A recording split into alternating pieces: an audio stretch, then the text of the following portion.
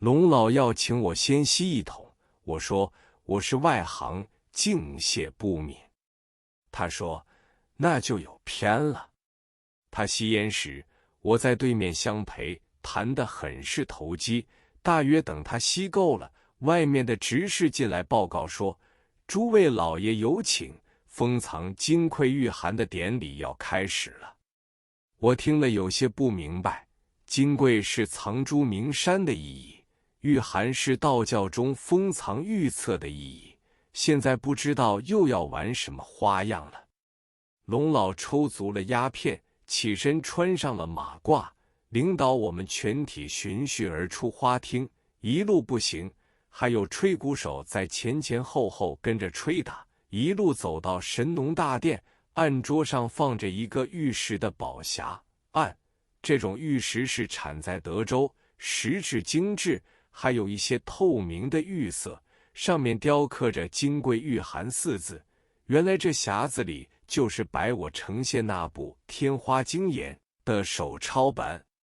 我们大家先行跪拜，又是献香献帛一套一式，最后有2人端了这玉盒塞进那座神农像背后窟窿中，由萧龙老亲自加封，仪式就此宣告完成。我当时默不出声，随着大众行礼如仪。龙老还说，陈道兄，您再看会儿戏吗？我连说不看了，可否我就在此告退。龙老说，恭敬不如从命。于是就在他们恭送之下辞出，我坐来的一辆汽车早已等在门口，于是互相深深躬身作揖而别。庙中施诊，南风北渐，我坐在车中和司机闲聊。司机说，今天药王冬季，全北京所有的中医都休息1天，以示庆祝。今儿您大爷的面子真不小，连我和2个卫士们都沾了您的光，吃了一桌酒席，而且每人还拿到2块钱的赏风。大家还说明天起，您要到那里施诊2天，要不要我们来接您？我听了这些话，就想起我还没有给他们封包，于是在车回旅店时就取出3个喜封，每包是2元。这位司机又客气又恭敬，坚决不肯收，推来推去，推了好久才收了。我说刚才他们讲了，明天由他们派车来接，不用麻烦你们了。他们说我们还要赶回药王庙去看戏，今儿的戏挺热闹的。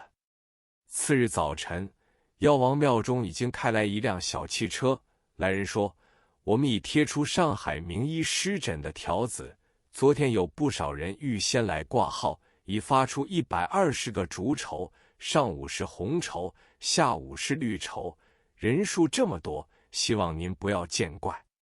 我就匆匆启程到了那边，见到个医生候诊的人坐满了2廊，我的一张诊桌前面贴的并不是纸条，原来是一面黄色的百足旗，上面写着恭请上海名医陈存仁先生施诊字样，里面已经为我安排了纸笔墨砚，还有3个助理，我的北平年轻医生，一个为我呼唤病人巡次看诊，2个坐在桌边录方，我的座位上放上一支笔，意思是要我亲笔写方，录方只是想抄录我的脉案和用药是怎样的，并不带我写药方。第一个病人是患脚气病，这种病在北方是常见的。我看桌上放的方笺纸，第1张是红纸的32行笺，以后一沓纸都是常用的8行方笺。我一看这个情形，心里已经明白，这是根据旧时的规律，病家拿出的纸要是又大又长，你一定要写满这张纸，不可以后面留空白的。我诊视之后，当然就写了长长大大的一段方论，旁边2个年轻录方的医生运笔虽也不慢，但是看了我的药方，只是点头，连抄都来不及。到了正午，恰好60病人全部看完，一位董事要邀我去进午餐，我说拿绿绸的下午病人已有10几人等着，不如请你买几个窝窝头给我吃就算了，因为这东西的风味我们久在南方是吃不到的。董事拗我不过，只得照我的意思去办。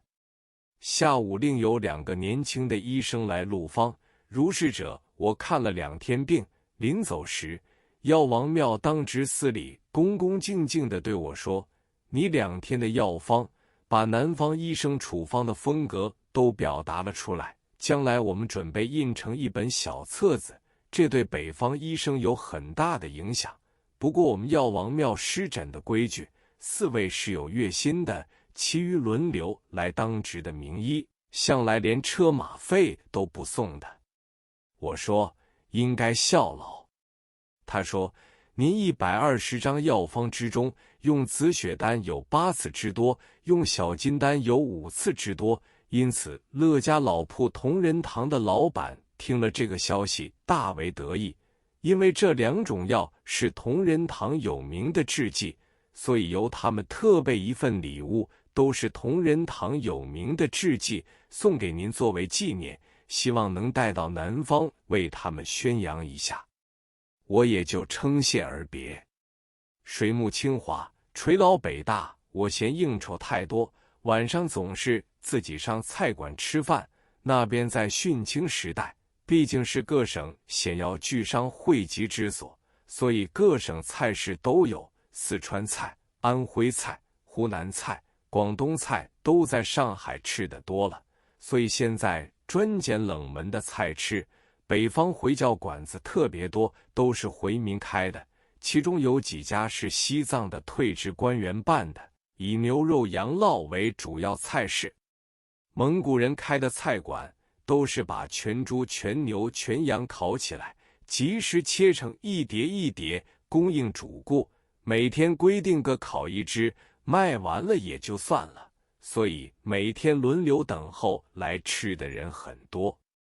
至于烤鸭子，以全聚德最是有名，烤房设在楼下，一间一间的排列着，大约同时可烤10几只鸭子，都是用松脂烤的，实际上并没有炉子的设备，松脂含油脂特多，燃烧之后火力旺盛，有专人管理着，烤鸭的铁汁转捻反复的烤着，即烤即食，有松子仁的香味。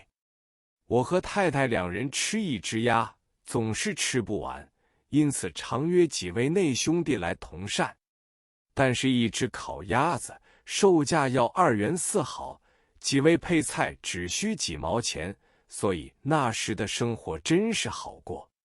有一位内地叫做玉言，他对我说：“元哥，你这样吃法极不合算，北方有许多的小吃馆，每一家都有1、2种拿手名菜，2个人吃，只要几毛钱就可以吃饱了。”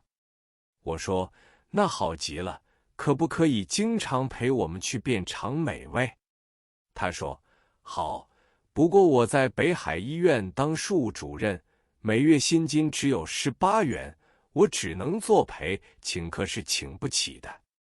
我说：“非但不要你请，最好你带同太太和孩子一起来，点菜就更容易了。”他又说：“这种小吃馆都在偏僻冷巷中，一定要有当地的识途老马来向导。